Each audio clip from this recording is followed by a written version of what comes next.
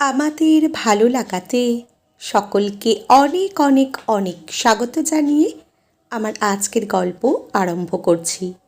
আজকের গল্প কাতলা মাছের পিস। গল্পটি তাহলে শুরু করি। বড় বড় কাতলা মাছের পিসগুলো ভাজতে ভাজতে মিনুর চোখটা ঝাপসা হয়ে আসে। মনটা হু হু করে ওঠে মিনুর। আজ মিনুর ছেলে ছোট্ট অর্ঘ্যর 5 বছরের জন্মদিন, কিন্তু মিনুর সামর্থ্য নেই যে ছেলেটাকে একটা কিছু ভালো মন্দ রান্না করে খাওয়াবে। জন্ম থেকেই ছেলেটার অসুখ, মাসে মাসে রক্ত দিতে হয়। প্রতি মাসে তাই মিনুকে ছুটতে হয় সরকারি হাসপাতালে, না হলে যে সে তার একমাত্র সম্বলটুকু হারাবে। এ বাড়িতে কাজে ঢুকেছে মিনু মাস 2 হলো। এর আগে মিনু কারো বাড়িতে কাজ করেনি। শাশুড়ি স্বামী নিয়ে মিনুর দিন ভালোই কাটছিল। তারপর ছোট্ট অর্ঘ্য হলো। প্রতি মাসে মিনু আর বাদল তাদের ছেলেকে নিয়ে হাসপাতালে যেত। মিনু কাঁদত, কেন ভগবান তার বাচ্চাকে এরকম করে পাঠালো। বাদল সবসময় সান্ত্বনা দিত তাকে, বলতো ঈশ্বর যা দিয়েছেন মেনে নিয়ে যত্ন ভালোবাসা দিয়ে বড় করতে হবে বাচ্চাটাকে। কিন্তু দুর্ঘটনাটা ঘটে গেল হঠাৎ করে। একদিন কাজ করতে গিয়ে কারখানাতেই মাথা ঘুরে পড়ে গেল বাদল। ডাক্তারের কাছে নিয়ে যাওয়ার আগেই শেষ নিঃশ্বাস ত্যাগ করল বাদল। সবাই বলল হার্ট অ্যাটাকে নাকি বাদল মারা গেছে। সংসারটাকে বাঁচাতে চেষ্টায় মিনু এই 2 মাস হলো একটা কাজ জুটিয়েছে এ বাড়িতে। পাশের বাড়ির মালতীদি বলে কই এ বাড়িতে কাজে লাগিয়েছে। যেটুকু জমানো টাকা ছিল বাদলের মৃত্যুর পর নিয়মকানুন সমাধা করতে শেষ হয়ে গেছে। এখন বুড়ি শাশুড়ি আর ছোট্ট ছেলের জীবন নির্ভর করছে তার উপর। এ বাড়ির লোকজনের আচার আচরণ বড়ই অদ্ভুত লাগে মিনুর। সবসময় যেন স্বামী স্ত্রীর ঝগড়া লেগেই আছে। এ বাড়িতে মিনুর কাজ এ বাড়ির একমাত্র ছোট্ট সদস্য তুতাইয়ের দেখাশোনা করা, রান্না আর ঘরের কাজে রূপালীকে সাহায্য করা। রূপালী হলো এ বাড়ির মালকিন। স্বামী অনেক আর ছোট্ট তুতাইকে নিয়ে তার ছোট্ট সংসার। সারাদিন তুতাইকে সামলায় মিনু। ছোট্ট বাচ্চাটাকে বড় ভালোবাসে ও। রূপালী এছাড়া বাকি কাজ নিজেই করে নেয়। বাদল বেঁচে থাকতে অর্ঘ্যর জন্মদিনে রাতে ফেরার সময় একটু পায়েসের চাল আর মাংস আনত। মিনু খুব যত্ন করে রাঁধত, আয়েশ করে খেত ছেলেটা ওই দিন। কিন্তু এখন যা পরিস্থিতি, দুবেলা দুমুঠো ভাত জোগাড় করতেই হিমশিম খেতে হয় মিনুকে। কিন্তু মন যেন মানতে চায় না। প্রথমে ভাবল 2 পিস মাছ লুকিয়ে নিয়ে নিই। এত মাছ, আর এ বাড়িতে তো দাদাবাবু ছাড়া কেউ মাছ খায় না, ফ্রিজে পড়ে থাকে সব। কিন্তু পরক্ষণেই মনে হলো চুরি করা মহাপাপ। চুরির জিনিস নিয়ে সে তার ছেলেকে খাওয়াতে পারবে না। দোটানায় পড়ে গেল মিনু। 2 পিস মাছ যদি চায়, বৌদি কি দেবে? সবে 2 মাস কাজে ঢুকেছে, চাইতে গেলে যদি কাজটা চলে যায় তাহলে তো না খেয়ে মরতে হবে। দাদাবাবু বৌদিকে সব সময় গম্ভীর লাগে, খুব কম কথা বলেন ওরা। বৌদি তো সারাদিনে কাজের কথা ছাড়া কিছুই বলেন না। কি করবে এখন মিনু? এমনিতে ছেলেটার অসুখ, ভালো কিছু খেতে দিতে পারে না ও। না, মিনু এবার সিদ্ধান্ত নিয়েই নিল। 2 পিস ভাজা মাছ প্লাস্টিকে জড়িয়ে রেখে দিল সবজির খোসার মধ্যে। ভাবল সময় মতো বার করে নেবে। তারপর তুতাইকে ঘুম পাড়াতে গেল। মিনুদি বলে ডাক দিল রূপালী।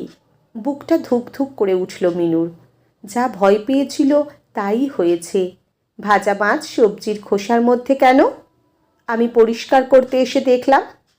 এবার মিনু হাউমাউ করে কেঁদে উঠল। কাকুতি মিনতি করে বলল, বৌদি ছেলেটার আজ জন্মদিন জানো তো, খুব গরিব আমরা, তাই আমি চুরি করেছি একটু খাওয়াবো বলে ছেলেটাকে। দয়া করে আমাকে তাড়িয়ে দিও না, না খেতে পেয়ে মরে যাব। রূপালী প্লাস্টিকটা মিনুর হাতে দিয়ে বলল, এটা নিয়ে বাড়ি যাও মিনুদি। সারা রাস্তা চোখের জল ফেলতে ফেলতে বাড়ি এলো মিনু। জীবনে কখনো এরকম পাপ কাজ করতে হবে ভাবেনিও। বাদল একজন সৎ মানুষ ছিল, তার বউ হয়ে চুরি করেছে সে। খুব অপরাধী মনে হলো নিজেকে। কিন্তু বাড়ি এসে ওর চিন্তা হতে লাগলো, কাজটা বোধহয় আর থাকবে না। ছেলেটাকে একটা কাঁচা জামা পরিয়ে ও মাছের পিস দুটো রান্না করতে বসলো আনমনে। হঠাৎ কঞ্চির বেড়ার সামনে একটা বড় গাড়ির হর্নের আওয়াজ শুনল ও। ছুটে বেরিয়ে গিয়ে দেখল দাঁড়িয়ে আছে রূপালী ছোট্ট তুতাইকে কোলে নিয়ে, হাতে একটা ক্যারি ব্যাগ। তড়িঘড়ি ছুটে মিনু ওদের ভেতরে নিয়ে আসলো। বসতে বসতে রূপালী বলল, কত দূরে গো বাড়ি তোমার মিনুদি? কত খুঁজে খুঁজে তারপর এলাম। তারপর কই আজকের বার্থডে বয় কই? মিনু পাশের ঘর থেকে অর্ঘ্যকে আনলো। রূপালী ওকে অনেক আদর করলো, নতুন জামা প্যান্ট পরিয়ে দিল। তারপর সবাই মিলে কেক কাটা হলো। যাওয়ার সময় রূপালী দুটো টিফিন বক্স দিল মিনুর হাতে। মিনুদি, একটু মাংস আর পায়েস বানিয়েছি অর্ঘ্যর জন্য, দিও ওকে। মিনুর চোখ দিয়ে জল গড়িয়ে পড়ল। এই মিনুদি, একদম কাঁদবে না, আর কাল সময় মতো চলে এসো। গম্ভীর চুপচাপ রূপালীকে অন্যভাবে খুঁজে পেল মিনু। 3-4 মাস কেটে গেছে। মিনু রোজ কাজে যায়। ভালো কিছু রান্না হলে রূপালী বলে বেশি করে করতে। যাওয়ার সময় মিনু রাতের খাবারটা নিয়ে যায় বাড়িতে। মিনু দেখে রোজকার অশান্তি হয় ও বাড়িতে। সকালে কথা শুনে বোঝে রাতে দাদাবাবু মাতাল হয়ে বাড়ি ফেরে, আর অন্য এক মেয়ের সাথে তার সম্পর্ক। তাই নিয়েই দুবেলা অশান্তি লেগে থাকে সংসারে। মারধরও করে রূপালীকে। শরীরে কালশিটের দাগ লক্ষ্য করে মিনু রূপালীর ফর্সা গায়ে।